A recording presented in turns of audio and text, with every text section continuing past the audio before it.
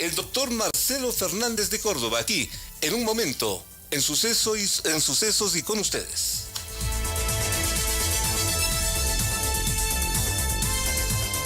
¿Para qué más comentarios, doctor Marcelo Fernández? Muchísimas gracias, un gusto tenerlo por acá. Un excelente día, gracias por este esfuerzo, acompañarnos en un momento de tanta tristeza, pero sobre todo de tantas interrogantes. ¿Y ahora qué? Doctor Marcelo Fernández, buenos días, bienvenido. Buenos días, un gusto estar aquí. Muy gentil. Realmente que es un momento de tristeza, pero también debería ser un momento de reflexión con lo que tú acabas de decir. ¿Y ahora qué? Yo creo que lo que ha ocurrido en estos últimos días era prácticamente el anuncio de una muerte que se iba a dar. ¿Por qué digo esto? Porque no solamente en los días del secuestro, sino desde hace meses, desde que se suscribió, desde que se empezó a negociar la paz definitivamente con la FARC por parte del gobierno colombiano, advertimos del peligro que sería si algunos grupos de estos terroristas y narcotraficantes no aceptaran las condiciones de La Habana. ¿Qué es lo que iba a ocurrir? Obviamente el perjudicado iba a ser el Ecuador. ¿El proceso de paz nos perjudica como país? Evidentemente, ahí están las pruebas. No se tomaron las medidas necesarias para evitar algo que estaba a la vista, que iba a ocurrir. Y miren, es cuestión de analizar lo que ocurrió en los últimos 10 años con respecto a las Fuerzas Armadas y Policía del Ecuador. Un desmantelamiento permanente, el maltrato a las Fuerzas Armadas, el desprestigiar a las Fuerzas Armadas y el negarle recursos que son necesarios. Que ya lo dijo el propio presidente de la República. Entonces, eso hace que una de las expresiones del poder nacional más importantes, que es las Fuerzas Armadas, que defienden nuestra soberanía, nuestra integridad y nuestra seguridad, se han visto debilitadas en estos 10 años por todos los lados. Unido también a otra fuente del poder nacional, que significa el servicio exterior ecuatoriano, la diplomacia ecuatoriana, que también se ha visto perjudicada y debilitada grandemente en estos últimos años. Ahí están los resultados, el manejo de la situación última, pues nos hace ver que lo que no queríamos reconocer que se nos venía encima estaba ahí, y ahora los hechos lo dicen. El Ecuador tiene que afrontar esos hechos, tiene que buscar medios de corregir los errores que se han cometido. No me refiero a los errores últimamente solamente de este proceso del secuestro, de la fallida negociación de rescate de las víctimas, sino me refiero a todos los errores que se han acumulado durante años en estos aspectos. ¿En qué está pensando, doctor? Tenga la bondad. Yo estoy pensando en dos cosas. A ver. En dos cosas fundamentales. Yo creo que hay que mirar internamente. El Ecuador tiene que mirar por sí mismo. No tenemos que estar esperando que Colombia haga lo que tiene que hacer. Hay que exigirle lo que tiene que hacer, pero no traslademos a Colombia lo que nosotros tenemos que hacer. El Ecuador tiene que robustecerse internamente, tiene que robustecer a las Fuerzas Armadas y estar preparado por algo que se nos está viniendo. El narcotráfico unido al terrorismo está presente en el Ecuador y hay que tratar de extirparlo y dejarlo totalmente fuera de nuestras fronteras. Esa es una parte que está obviamente llama directamente a lo que significa Fuerzas Armadas y Policía. Pero Colombia... Pero hay otro tema fundamental. ¿Cómo no? El narcotráfico no es problema de Ecuador y Colombia, es un problema global. Envuelve a muchísimos países. Un problema universal. Envuelve a los países productores, a los países por donde transita la droga y también un elemento fundamental son los consumidores. ¿En dónde están los consumidores? El Ecuador tiene que negociar y buscar cooperación de todos estos países, porque no nos compete a nosotros únicamente, es un tema global.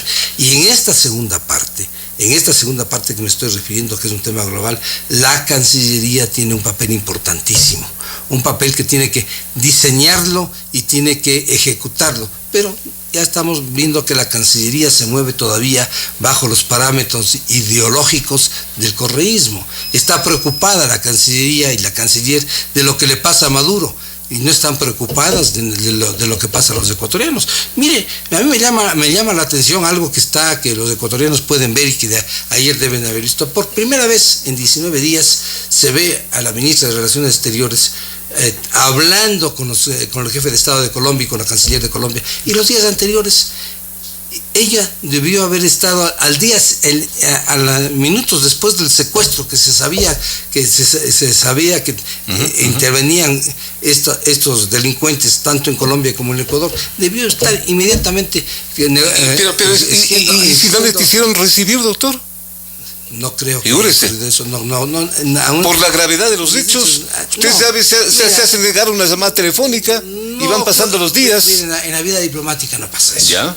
No pasa eso. Si usted llama como canciller de la República a un presidente, el presidente le contesta. O le hace que le conteste el otro canciller. El otro canciller. Lo digo por experiencia. Lo digo por experiencia cuando me ha tocado negociar a nombre del Ecuador, que obviamente no estaban recibiendo la llamada del embajador Fernández de Corto, estaban recibiendo la llamada de la Cancillería ecuatoriana. Entonces, podrán de momento decir, escudarse que no estamos, lo que sea, pero siempre hay fórmulas de ligar. Hay fórmulas de ligar. No fue oportuno, dice usted, el manejo de este problema. Bueno, en la parte internacional pues no hemos visto nada. Estamos viendo simplemente la parte de los hechos relacionados directamente con el secuestro en la zona del secuestro. Bueno, sí hemos visto y hemos escuchado las declaraciones del presidente de la República, que vamos a responder con fuerza, con toda la energía, en fin, ¿no? Bueno, eso es un tema netamente interno, que nos compete a nosotros, pero yo lo que insisto, el tema del narcotráfico, unido al lavado de dinero y unido al terrorismo, es un tema que va más allá de nuestras relaciones exclusivamente con Colombia. Va más allá. Para mí es un tema casi global, que el Ecuador tiene que introducirse en esta lucha, que es una lucha tremenda, dificilísima. Es obvio. Estamos viendo que por todos los medios se ha querido suprimir el narcotráfico y ahí está, ahí sigue. Son millones de dólares que están detrás de esto, miles de millones de dólares. Doctor, pero ¿cómo ve usted el papel de Colombia? Porque usted obviamente es un hombre de diplomacia, de tanta experiencia. En realidad, Colombia no se quiere inmiscuir en el problema. Hay la versión de que les fue arrinconando a estas fuerzas extrañas, especiales, por llamarlas así, hasta el límite fronterizo. Allí les tiene actualmente cercadas, y bueno, si es que ustedes tienen más terreno, ahí tienen Ecuador. Y eso es lo que nos está pasando actualmente. Bueno, ¿Qué pasa con Colombia, doctor? Evidentemente que el Ecuador tiene que exigir, tiene que presionar a Colombia por todos los medios. Y para poder presionar a Colombia hay que buscar no solamente el Ecuador que le presione, hay que buscar otros países. En este caso me estoy refiriendo sobre todo particularmente a los países consumidores de drogas. Me estoy refiriendo particularmente al mayor consumidor de drogas, que todos sabemos, es los Estados Unidos.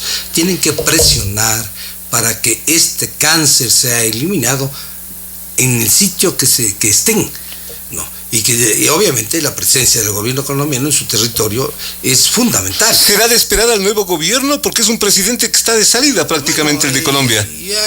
Ya lo que ha ocurrido está allí. Este momento nos queda muy poco. Exacto. Este momento, ¿qué nos queda frente al actual problema? ¿No? Que los cadáveres sean encontrados. Ese es el último tema que nos queda frente a los sucesos, a estos acontecimientos puntuales. ¿Cómo no? Pero esto, hay que pensar que esto ahí no va a acabar. No va a acabar. ¿Recién empieza esto para el Ecuador, doctor? El Ecuador empezó hace mucho más atrás, sino que no nos hemos dado cuenta, no hemos querido mirar lo que iba a ocurrir, que era lógicamente lo que iba a ocurrir. El Ecuador se convirtió en determinado momento, éramos un país de paso. Éramos un país de paz. ¿no? Y de paso. Y de paz y de paso. Y porque éramos un país de paso, los Estados Unidos convinieron con el Ecuador en lo que se llamó la base de Manta. ¿Cómo no? Que yo creo que en esa época por lo menos había mayor control. Había una ayuda tecnológica que no la tenemos nosotros, y Se la suprimió. ¿Y qué es lo que ha ocurrido? Pero que ponía en riesgo la soberanía, pues, doctor. Íbamos a dejar de ser soberanos y nos fregamos ahí, sí. Eso es un absurdo, pues. La soberanía es la facultad de decidir en última instancia que tiene en el ámbito que le compete a un gobierno. Claro. Habíamos decidido que colaborar con los Estados Unidos, eso es ejercicio de la soberanía, no es que afecta a la soberanía. ¿Ya? Además, si miráramos exactamente qué era la base de Manta, en realidad era facilidades para que los aviones norteamericanos puedan ejercer control sobre toda la tecnología norteamericana, ¿no? Puede operar en la zona. De hecho, se fue a la base de Manta y está a la vista el incremento del tráfico de drogas.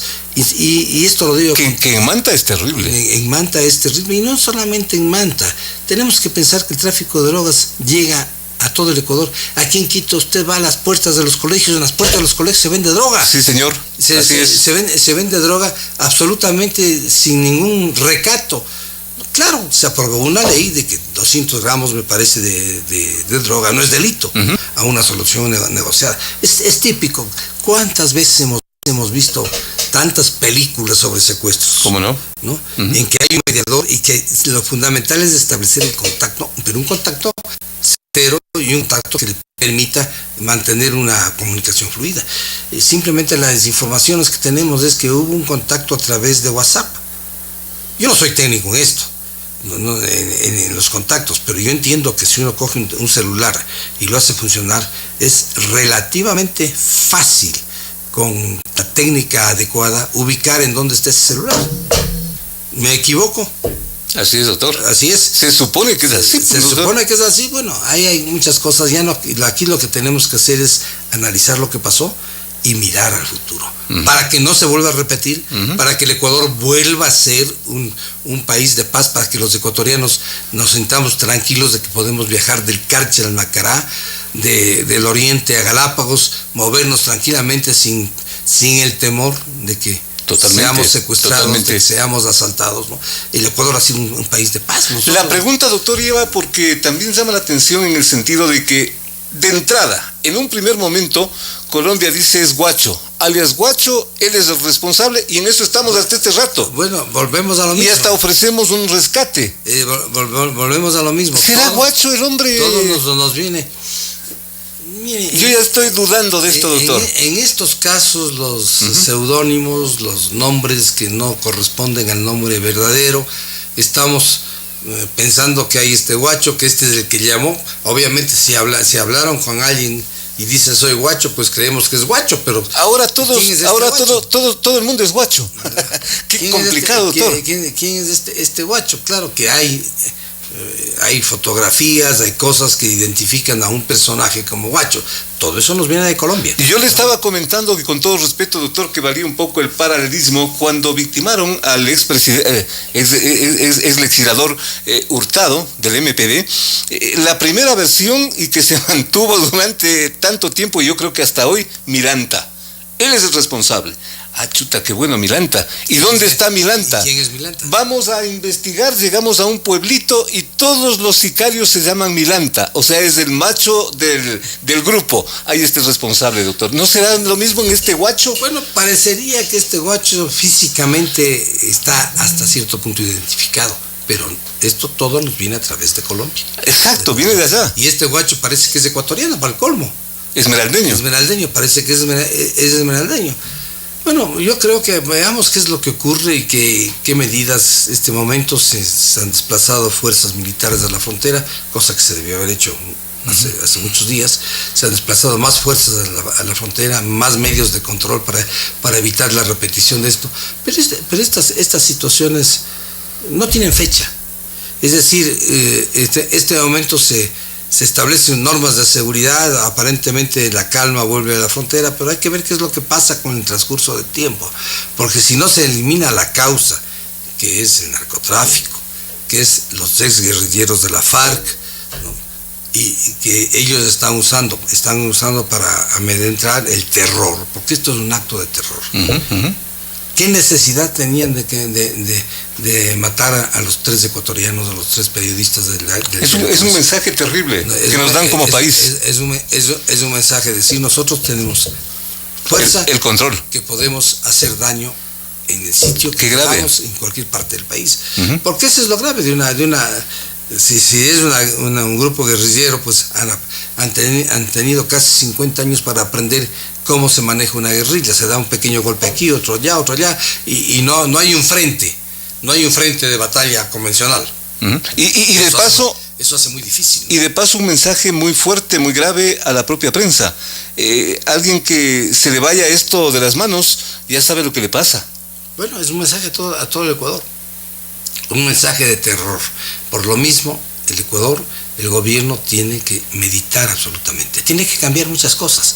Tiene que empezar por cambiar todos los funcionarios que vienen del anterior gobierno y que están en puestos claves. Empezando por allí, doctor. Tiene que empezar para que pueda haber sinceridad en que se adopten medidas realmente efectivas.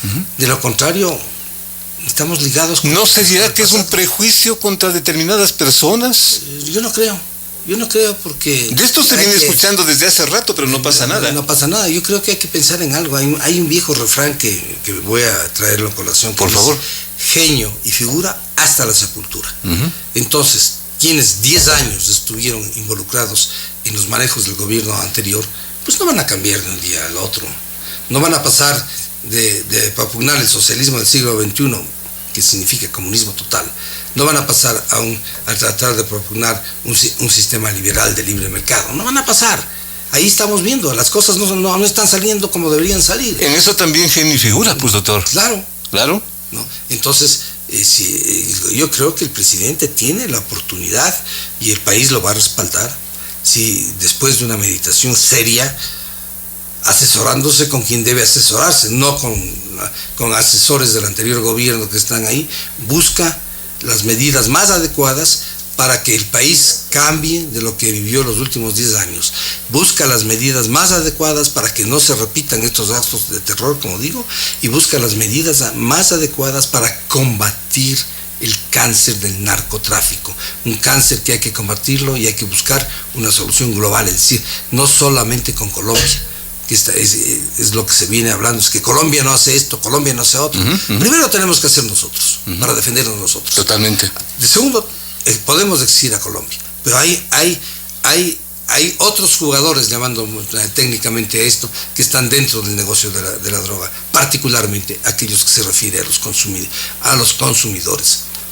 Necesitamos la colaboración internacional para esto, ¿no? Y eso, en esa parte, la Cancillería ya debe pensar qué es lo que tiene que hacer. ¿Qué decirle al presidente de la República sobre esto de la colaboración internacional? Ya le pregunté, doctor, pero en resumen, sobre el tema de la soberanía, porque él también ya se adelantó y dijo que la soberanía es innegociable. Hay que entender a la soberanía qué significa. La soberanía, es decir, un concepto internacional, la soberanía significa la facultad de decidir en última instancia en lo que le compete. Soy soberano y hago determinada cosa. Muy bien. Precisamente en uso de esa soberanía le permite, ¿no?, que adquiera determinados compromisos, ¿no?,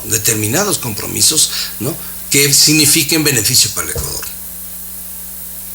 Bueno, este vale la pena este análisis, ¿no? Porque voy a referirme a algo de muy atrás. Cuando se iniciaba el problema del año 95 con el Perú, donde usted tuvo una destacadísima y muy activa uno de los acción. Primeros planteamientos que se hizo en nuestra soberanía: vamos a pedir que los garantes envíen observadores militares y que los garantes nos ayuden a solucionar el problema. Eso va contra nuestra soberanía. Pues ahí vienes, en uso de esa soberanía, de esa facultad, se solicitó a los garantes que envíen observadores. La famosa Mohamed, no sé si tú recuerdas. ¿Cómo no? La famosa Mohamed que tuvo un papel preponderante en terminar la guerra con el Perú, ¿no? Inclusive, labor de observadores. Inclusive fueron militares de los 4 países garantes que vinieron acá al Ecuador, que fueron al Perú, pero no por eso perdimos la soberanía, pues precisamente necesitábamos la colaboración internacional para salir del problema que teníamos. Hay que pensar, ¿no?, que la soberanía pues va hasta cierto límite. En otro término, también se usó muchísimo la soberanía, pues, en el gobierno anterior, para negar la posibilidad de acuerdos de libre comercio ¿no? Somos soberanos, no podemos entrar en eso. Sí, somos soberanos para morirnos de hambre, ¿no? Y hay que buscar los medios adecuados, los que nos dice la razón, en que tenemos que colaborar, obviamente buscando la colaboración hay que buscar con el respeto mutuo de las dos partes, ¿no? Absolutamente, obviamente que hay que hacer eso en plan de igualdad entre dos estados, con respeto, pero buscando algo que es un bien superior. En este caso tenemos que buscar la eliminación del narcotráfico, la eliminación del terrorismo, ¿no? La eliminación de muertes como las que estamos lamentando, pero que necesitamos, evidentemente, no hay que dudarlo, que necesitamos una cooperación internacional de todos los factores involucrados. Obviamente que necesitamos la colaboración con Colombia. Es evidente que necesitamos. Empezando por allí. Pero es evidente que necesitamos la colaboración de los consumidores. Si no, no vamos a eliminar el narcotráfico. Un detalle final, doctor, y agradeciéndole su tiempo. ¿Cómo se recuperan en este caso internacionalmente, si cabe el término? Disculpe mi desconocimiento y allí la pregunta. ¿Cómo se recuperan los cadáveres en este punto? Buena pregunta. Miren, yo no creo que los terroristas vayan a decir, presentar una delegación que físicamente nos entregue. Eso no va a ocurrir. ¿Qué ocurre en estos casos, doctor? Ubicarlos e ir a rescatarlos. Si están en Colombia, con la colaboración del ejército colombiano, y están en el Ecuador, nos toca a nosotros hacer todo. ¿Sería un rescate militar? ¿Qué otra cosa queda? Sí, ir y ver en dónde están y traerlos para... No es que una vez que, con todo respeto a la memoria de los colegas, de los tres ecuatorianos, en este caso, no es que en este caso los captores van a entregar esos cadáveres. Yo pienso que no, pues eso se produce cuando existen otras cosas, ¿no?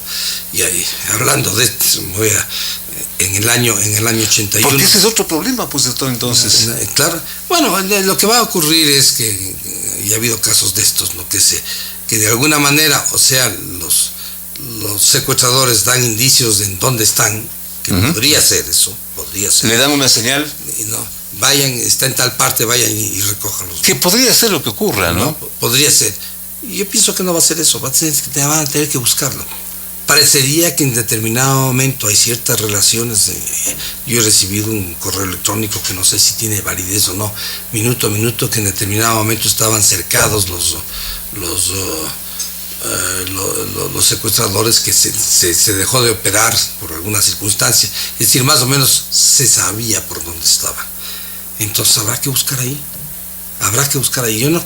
Una entrega no va a darse.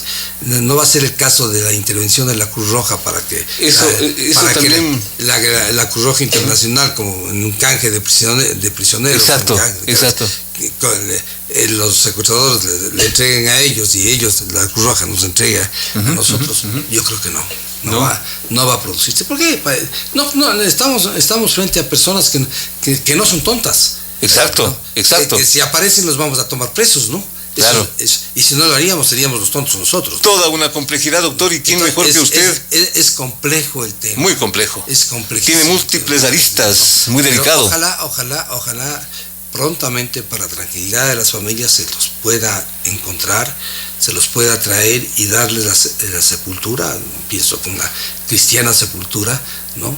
Que es lo humanitario, lo básico, lo elemental. Lo básico. Ojalá eso sea lo antes posible, pero depende de muchas circunstancias que no están en la mano de... obviamente que los que tienen en esto el poder de decir están en tal parte son los secuestradores. Y como siempre, brillante, el doctor Marcelo Fernández de Córdoba. Agradecerle, doctor, por su presencia aquí en esta emisión especial del día sábado. Esperemos que el país poco a poco salga de esto. Realmente nos han dado un golpe terrible. Nos han quitado 7. 2 de esos periodistas, un chofer del diario El Comercio, nos han quitado un poco de vida. Volvemos con más aquí en Sucesos.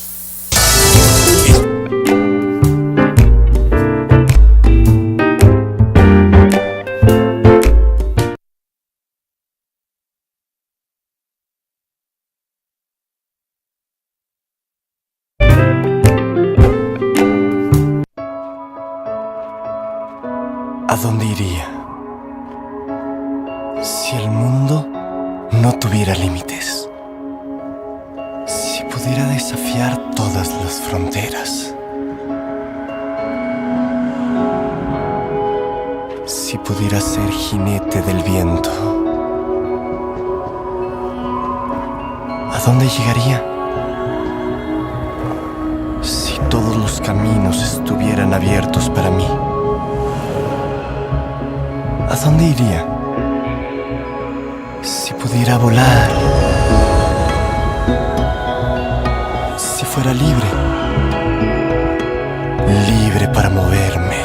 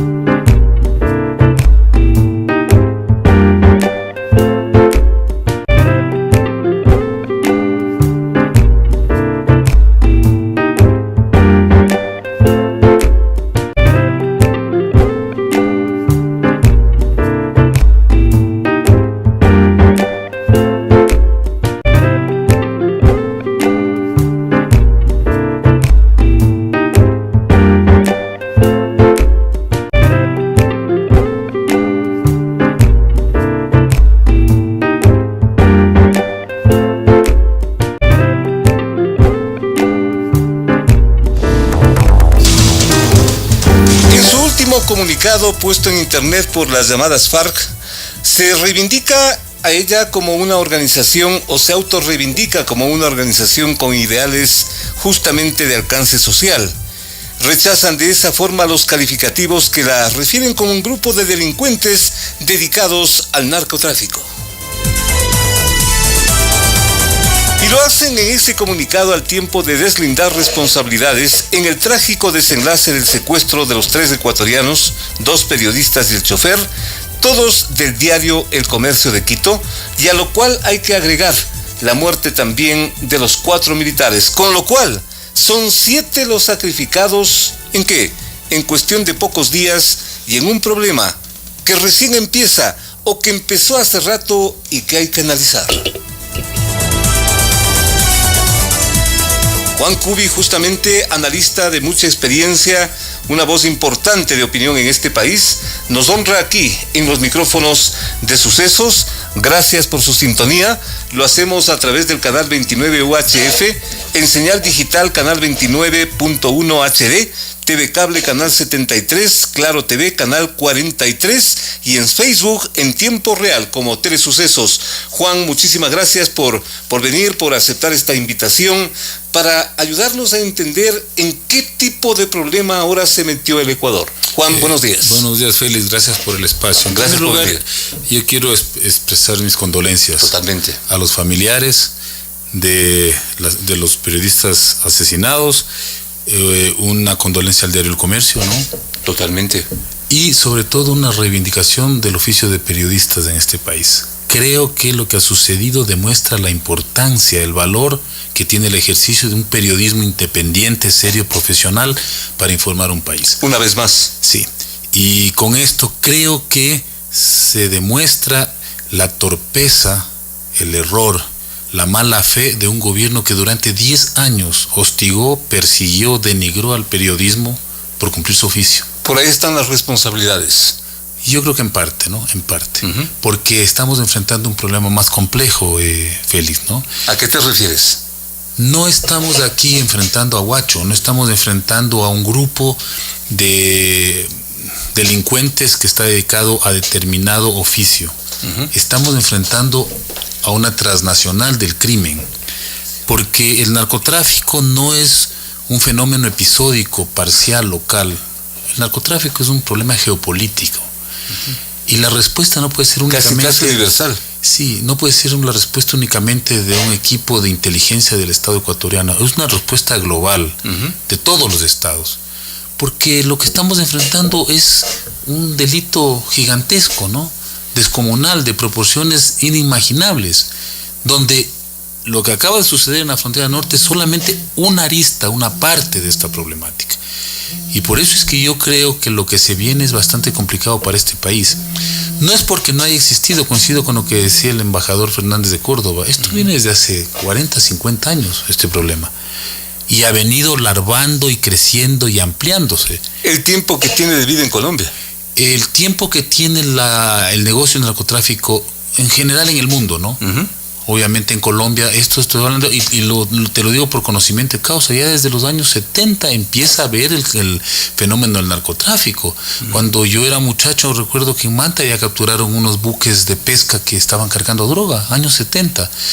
Y luego en la frontera de lo que entonces era Napo y ahora es Sucumbíos, operaba libremente no solamente el narcotráfico, el cultivo de coca en ambos lados del río San Miguel. Por lo visto esto ha ido creciendo, Juan. Obviamente. Nos dormimos en los laureles. Me parece que hubo una especie como de temor a enfrentar esta problemática, pero al mismo tiempo unas formas de complicidad que solo se explican por las condiciones de vida que digamos, en las cuales se debaten estas poblaciones marginadas, estas poblaciones que están aisladas un poco de la presencia del Estado, pobreza, exclusión, y entonces que se van lentamente involucrando en una forma de sobrevivencia que son las actividades delictivas, Lo ilícitas. que tú dices es una forma de complicidad, lo cual es lamentable por, no digamos del anterior gobierno, varios gobiernos.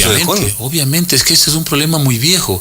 Estaba escuchando a este periodista Hoyos, que hace una investigación colombiano, ha publicado algunos libros, me acabo de enterar, uh-huh. Y él decía, anteayer en una radio, él decía que en la investigación que hacen sobre la frontera amazónica entre Ecuador y Colombia, él advirtió de la complicidad de que estaban involucradas autoridades políticas, autoridades militares, sectores económicos. Una convivencia prácticamente. Obviamente, uh-huh. Un beneficio, porque el narcotráfico lo que hace es generar una cantidad enorme de recursos.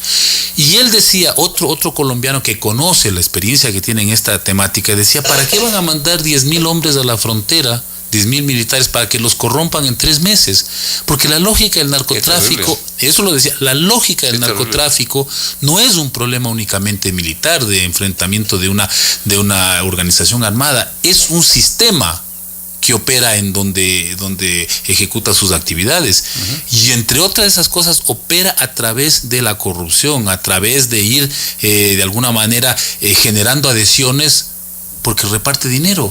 O sea que es una cosa mucho más compleja que simplemente mandar helicópteros, aviones y personal militar. Con lo que nos está aconteciendo como país consecuentemente, y si es que soy alarmista, no es el objetivo, pero me da la impresión de que como sociedad y como Estado estamos amenazados, Juan. Hace mucho tiempo, pero con un agravante, que no estamos preparados. Porque en Colombia la violencia es un fenómeno prácticamente cotidiano de esa sociedad desde hace 60 años, desde que empezó la confrontación. Y que de alguna política. Forma logran manejar. O sea, al menos tienen experiencia en su manejo. Acá no. Y entonces resulta que nos han chorreado, valga la pena decir, utilizar nos han chorreado el problema desde hace mucho tiempo, pero cada vez más complejo, con más agravantes. ¿Nos han chorreado por casualidad o por plan? No, porque Félix, no sé si tú no sé, seguramente tú conoces las fronteras de este país. Ahí no hay diferencias políticas ni diferencias jurídicas. Ahí lo que hay es un río que lo pasas nadando o lo pasas en una lancha, de manera que esa permeabilidad que permite nuestras fronteras ha hecho que prácticamente esas actividades, no solo del narcotráfico, también de la guerrilla, pudieran operar libremente sin someterse a la lógica jurídica de las fronteras. Uh-huh. Claro, lo que sucede es que el momento en que ocurren estos incidentes, entonces ahí aparece un fenómeno que es el de la soberanía. Y tú dices, esto ocurrió en el Ecuador. Exactamente. Más allá de que la diferencia entre una comunidad que está al un lado del río y del otro sea prácticamente nula, incluso hay vínculos familiares, el caso de Esmeraldas y Tumaco, eso es de San Lorenzo y Tumaco, eso es histórico. El mismo Guacho, como figura, que no se sabe ahora, que ya no sabemos si es ecuatoriano o colombiano. Y está dirigiendo todo este narcotráfico en el lado colombiano. Oído a Santos ha dicho que no es colombiano. No sé si escuchaste las últimas declaraciones. Y sin embargo, en investigaciones que han hecho en el Ecuador, dicen que no aparece en el registro civil del Ecuador. A propósito de frases, también me llama mucho la atención lo que tenemos aquí en la primera página del diario El Universo. Juan Manuel Santos señala que esto fue en Ecuador. Bueno, entonces tienen que explicarnos, porque a eso iba yo. Eso es un lavado de manos. Juan, ¿no? A ver, ubícalo, por favor. El tema es que es tan complejo y ha sido manejado con un hálito de reserva tan drástico que se vuelve misterioso. Y lo que quiere el Ecuador es que nos expliquen exactamente qué ocurrió, cómo se dieron los acontecimientos, qué fue lo que en efecto detonó o desató este incidente. Porque fíjate, en las redes sociales y en los medios aparecen una cantidad de versiones enormes, contradictorias, que confunden los episodios. Y a mí me parece que tienen que esclarecerse. Fue en el Ecuador, fue en Colombia, donde los capturaron. ¿Por qué los capturan? Hay un reportaje del Espectador que habla de un operativo donde incluso están involucradas fuerzas norteamericanas en el cerco de Huacho. Aparentemente, según dice este diario, hubo una respuesta de ambos ejércitos, del Ecuador y del de Colombia, que se entiende porque luego de haber asesinado en los atentados de estos militares, se entiende que hay una reacción, digamos, enérgica del ejército ecuatoriano, de las Fuerzas Armadas, y que estaba cercado y que aparentemente en su huida se encuentra con los periodistas y los captura. Hay una serie de versiones. Y todo complejas. En base al chip del celular que aparentemente lo lograron poner allí al señor Guacho. Uno eso, otros dicen que hay un informante. Es decir, hay una cantidad de factores que yo te decía antes de entrar en micrófonos. Esto no se va a esclarecer totalmente, porque en estos episodios hay muchos secretos. No se va a esclarecer. No, totalmente no. Hay muchos secretos, hay muchos elementos, muchos factores que impiden que salga a la luz, porque ahí a veces se juegan incluso prestigios o intereses personales. Por ejemplo, de una autoridad, de un jefe militar, de una autoridad política que tomó o dejó de tomar una decisión, etcétera. Entonces, lo que hacen es se cubre con un manto de misterio y pasará mucho tiempo hasta que sepamos completamente qué realmente ocurrió. En aquella llamada prueba de vida donde les ponen a los 3 secuestrados con candados, con cadena, y les hacen decir, porque esto es evidente, les hacen decir que necesitan la devolución de detenidos de acá del Ecuador, obviamente colombianos, y también que se despeje esa zona. ¿Cuál es tu lectura de eso? Porque es el único mensaje puntual que tenemos dentro de esta historia. Mira, este grupo ha venido operando en esa zona hace muchos años. Y prácticamente han convertido a la frontera en un corredor para las actividades de narcotráfico. Eso es conocido y no es el único grupo. No sé si viste en Plan B, hace unos 2 días sacaron un mapa donde hay una cantidad de actores que están vinculados a actividades ilegales, sobre todo con el narcotráfico. Resulta que probablemente por algún factor empiezan a sufrir algún tipo de presión o empiezan a haber algunas restricciones, y ellos lo que están exigiendo es: vean, déjennos ese espacio libre como hemos estado en los últimos años para nosotros desarrollar nuestras actividades. Eso es tierra de nadie, entonces. Obviamente. Pero qué terrible. Pero obviamente. Juan. Es que ambos estados han abandonado esos sectores. Ambos, el Estado colombiano y el Estado ecuatoriano, abandonaron por X razones. No viene al caso aquí. ¿Y qué pasó entonces ahí con la famosa soberanía? Pues, estimado Juan. Eso, no solo eso, sino qué pasó para que Huacho y sus compinches hayan desatado su ofensiva. Porque no es el secuestro, pues, Félix, son las bombas. Las bombas, exactamente. Ahí empieza el incidente. El secuestro es un crimen de oportunidad, es decir, es una casualidad que se le presenta a este grupo y los apresan, o sea, los capturan y luego los utilizan como un instrumento de presión y negociación dentro de algo que ya venían haciendo, que era poner bombas. Pues, ¿y para qué es que pusieron bombas? Era una advertencia, era un llamado de atención, era decir: vean, señores, ¿con quién se están metiendo ustedes? ¿Los ajusticiaron o será que fue un operativo que murieron? A mí me parece que fueron ajusticiados. A mí también me da toda la imagen de ser un ajusticiamiento,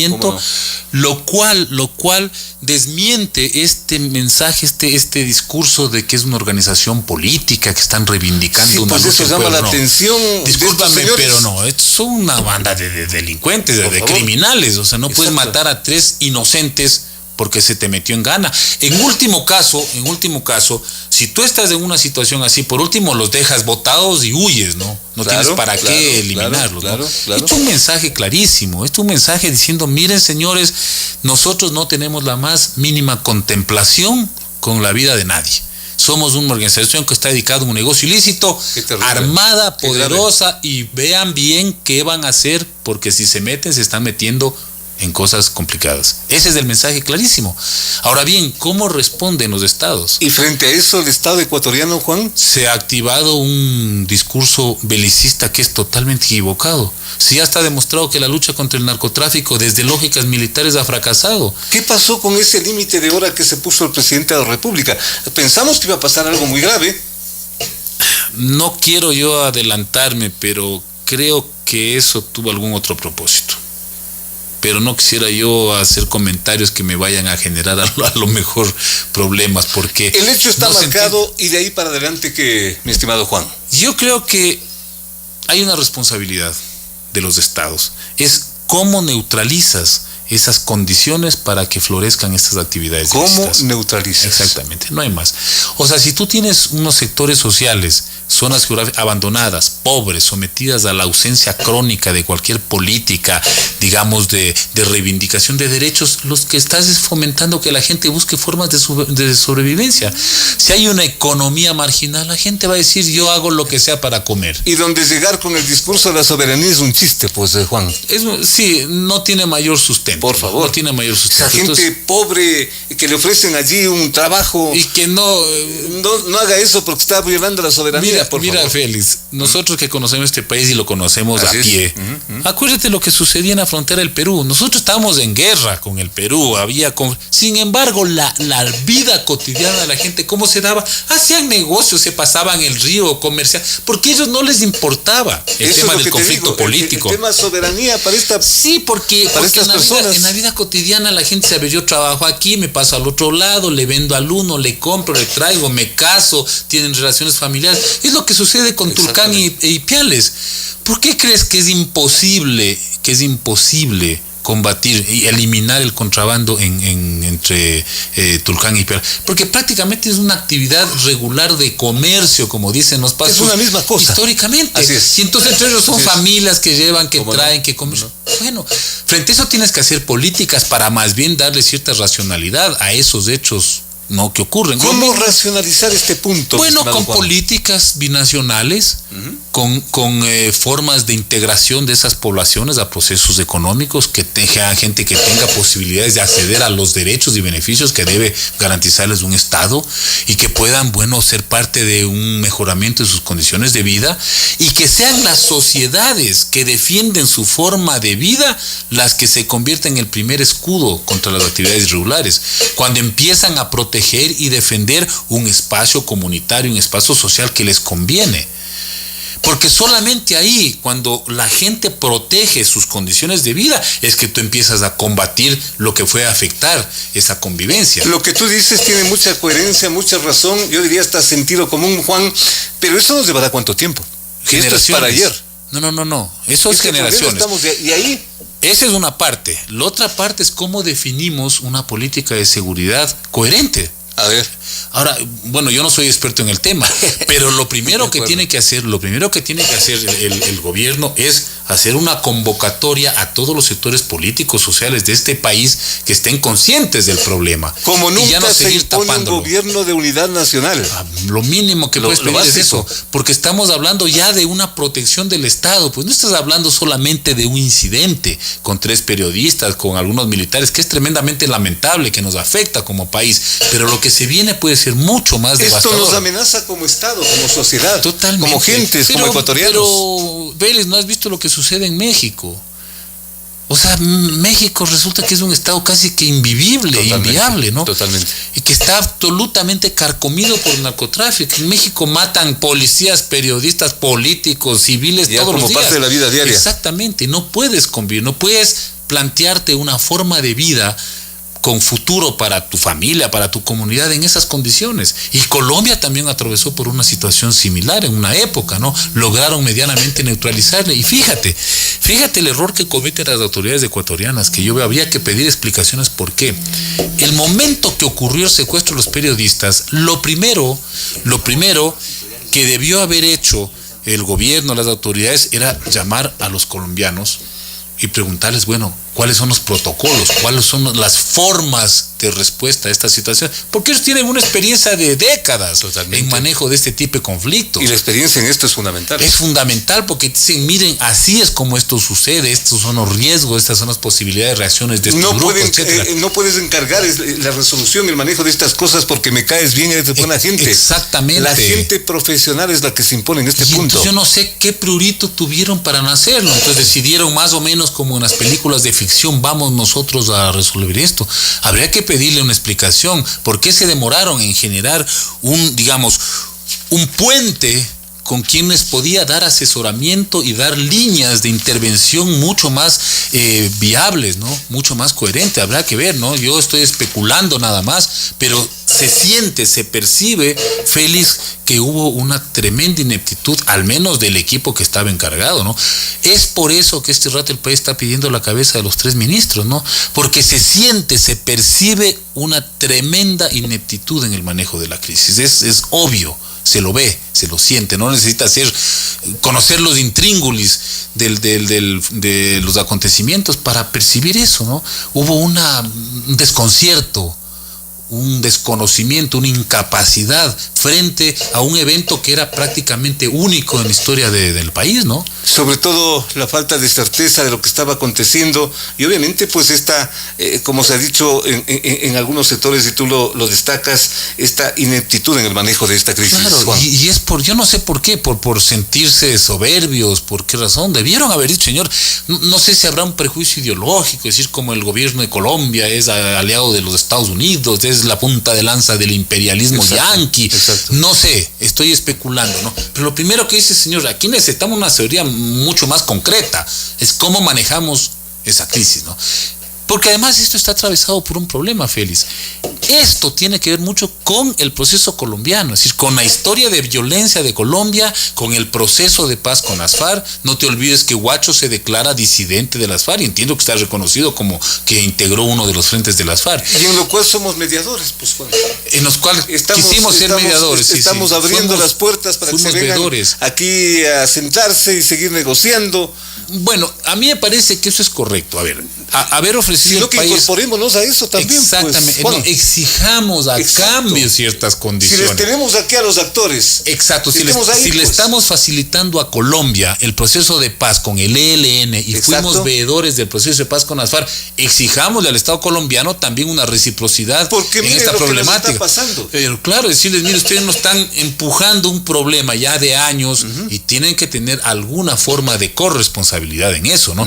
Porque son ellos de alguna manera el detonante de esta problemática. Yo en eso coincido plenamente. Totalmente. Y en eso ha habido como cierta tibieza respecto de exigir una mayor, responsabilidad al Estado colombiano. Por supuesto, y a los sucesivos gobiernos. En solamente prestarles un salón de alguna hacienda lejana. Exactamente. Para que se sientan bien ahí. Eso está bien, está bien, porque todo lo que contribuye a la paz es... Pero incorporémonos a eso. Pues, exacto. Primero, y exijamos reciprocidad, una compensación a cambio de ese favor importantísimo que le estamos haciendo a los colombianos, por supuesto. Entonces, el tema ahora es que esto de los periodistas sería lamentable, pero podría ser utilizado política y electoralmente en Colombia por los actores políticos que están en disputa en Colombia. Proceso que además está a las puertas. Que está a las puertas.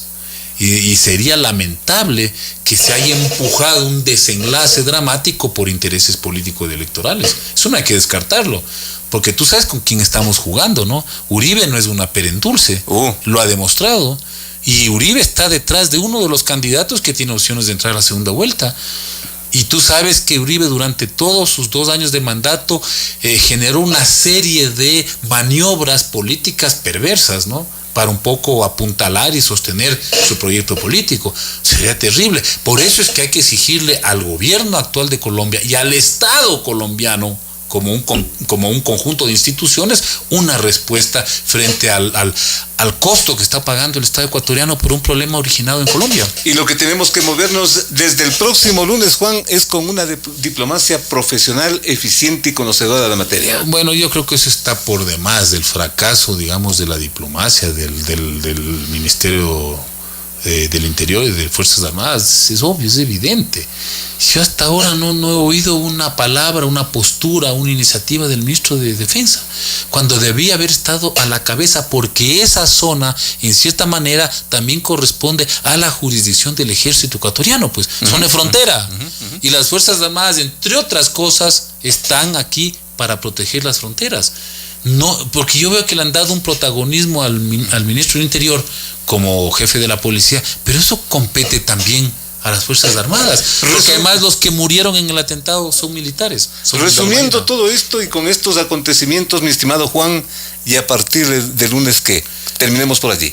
A ver, hay que hay que reiterar, el gobierno tiene que hacer un llamado a este país, a toda la sociedad, a todos los actores, a dar una respuesta clara, estratégica a este problema.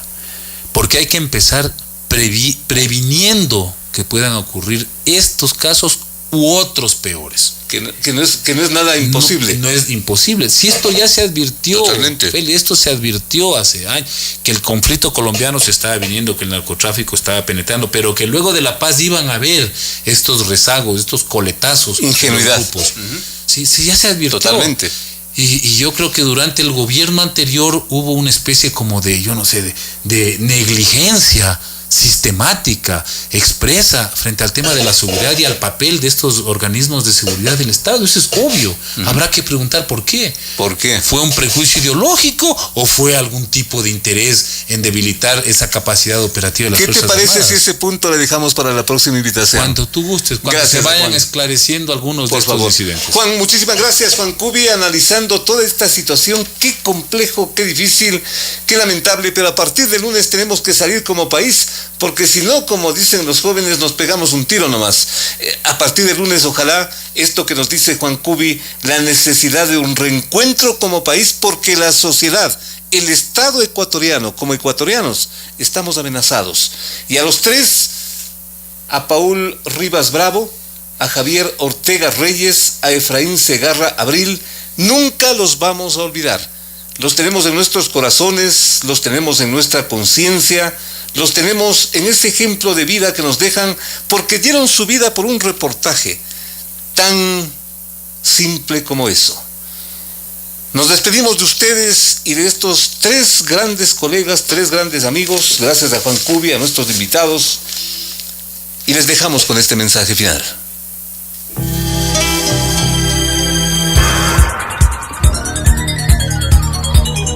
Las opiniones vertidas en este espacio por la producción y dirección del programa son de exclusiva responsabilidad de sus autores y de quienes intervienen en ellos.